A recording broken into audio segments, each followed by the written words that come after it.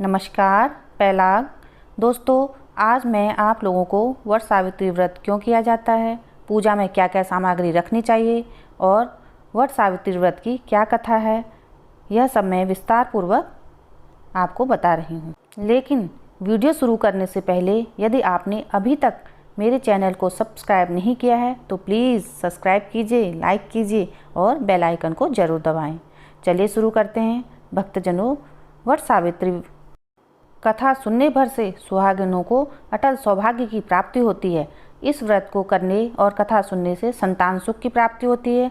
हर साल अमावस्या तिथि को महिलाएं वट सावित्री का व्रत रखकर पूजा अर्चना करती हैं। वट सावित्री पूजन के लिए क्या क्या सामग्री की जरूरत है मैं आपको बता रही हूँ। पूजा के लिए हमें माँ सावित्री का फोटो, बांस का पंखा, बरगद का पेड़, लाल धागा, पानी चढ़ाने के लिए कलश, दिया, 5 प्रकार के फल, पूजा के लिए लाल कपड़ा, सुहाग का सामान, रोली, कुमकुम, चावल, बत्ती, घी, धूप, भोग लगाने के लिए पकवान, काले भीगे हुए चने और फूल। महिलाएं इस दिन सुबह उठकर स्नान के बाद शुद्ध हो जाएं, फिर नए वस्त्र पहनकर 16 श्रृंगार कर लें। इसके बाद बरगद वृक्ष के नीचे जाएं, वट वृक्ष के नीचे सफाई करके पूजा का सारा सामान रख लें। माता सावित्री की मूर्ति को वट वृक्ष के नीचे स्थापित कर लें। इसके बाद धूप, दीप, रोली, सिंदूर से पूजा करें। लाल कपड़ा सत्यवान और सावित्री को अर्पित करें। भोग लगाएं। बांस के पंखे से सत्यवान और सावित्री को हवा करें। बरगद के पत्तों को अपने सिर पर लगाएं। लाल धागे को 5, 7 या 11 बार लपेटकर परिक्रमा करें। इसके बाद सत्यवान सावित्री की कथा सुनें। पंडित जी को दक्षिणा दें। कथा खुद भी पढ़ सकते हैं। वट सावित्री की कथा इस प्रकार है। भद्र देश में एक राजा थे जिनका नाम अश्वपति था। उनकी कोई संतान नहीं थी। उन्होंने संतान प्राप्ति के लिए कई वर्षों तक भगवान की तपस्या की, जिसके फलस्वरूप उन्हें कन्या रत्न की प्राप्ति हुई। उन्होंने उस कन्या का नाम सावित्री रखा। कन्या बड़ी होकर बेहद ही रूपमान हुई। सालों देश के राजा धूम्रसेन तपोवन में रहते थे, क्योंकि उनका राज्य किसी ने छीन लिया था। उनके पुत्र सत्यवान को सावित्री ने पति के रूप में वरण किया।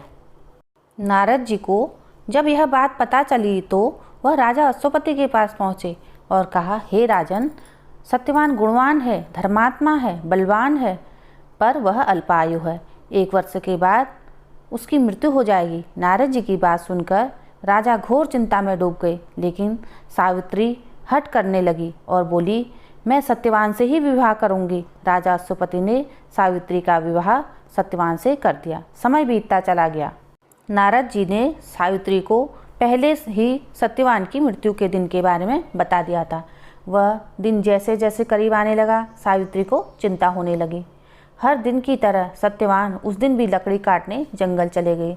साथ में सावित्री भी गई। जंगल में सत्यवान लकड़ी काटने के लिए एक पेड़ के ऊपर चढ़ गए। तभी उनके सिर में तेज दर्द होने लगा। दर्द से व्याकुल सत्यवान पेड़ के नीचे उतर गए।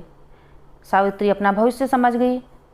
सत्यवान के सिर को गोद में रखकर सावित्री सत्यवान का सिर सहलाने लगी। तभी वहाँ यमराज आते दिखे। यमराज अपने साथ सत्यवान को ले जाने लगे। सावित्री भी उनके पीछे पीछे चल पड़ी। यमराज ने सावित्री को समझाने की कोशिश की, लेकिन सावित्री नहीं मानी। यमराज ने सावित्री से कहा, देवी, तुम मुझसे कोई भी वरदान मांगो, लेकिन चले जाओ। सावित्री ने कहा, मेरे सास ससुर वनवासी और अंधे हैं, उन्हें आप दिव्य ज्योति प्रदान करें। यमराज ने कहा, ऐसा ही होगा, अब लौट जाओ। लेकिन सावित्री अपने पति सत्यवान के पीछे पीछे चलती रही। यमराज ने कहा, देवी, तुम वापस लौट जाओ। सावित्री ने कहा, भगवान, मुझे अपने पति देव के पीछे पीछे चलने में कोई परेशानी नहीं है। यह सुनकर उन्होंने फिर से उसे एक और वरदान मांगने को कहा। सावित्री बोली, हमारे सास ससुर का राज छिन गया है, उसे पुनः वापस दिला दें। यमराज ने सावित्री को यह वरदान भी दे दिया और कहा, तुम लौट जाओ। लेकिन सावित्री पीछे पीछे चलती है। यमराज ने सावित्री को तीसरा वरदान मांगने को कहा। इस बार सावित्री ने संतान और सौभाग्य का वरदान मांगा। यमराज ने सावित्री को यह वरदान भी दे दिया। सावित्री ने यमराज से कहा, प्रभु, मैं एक पतिव्रता पत्नी हूँ और मुझे पुत्रवती होने का आशीर्वाद दिया है। यह सुनकर यमराज को सत्यवान के प्राण छोड़ने पड़े। यमराज अंतर्ध्यान हो गए। सावित्री उसी वट वृक्ष के पास गई जहाँ उसके पति का मृत शरीर पड़ा था। सत्यवान जीवित हो गए, अतः पतिव्रता सावित्री के अनुरूप ही प्रथम अपने सास ससुरों का पूजन करना चाहिए, साथ ही अन्य विधियों को हमें प्रारंभ करना चाहिए।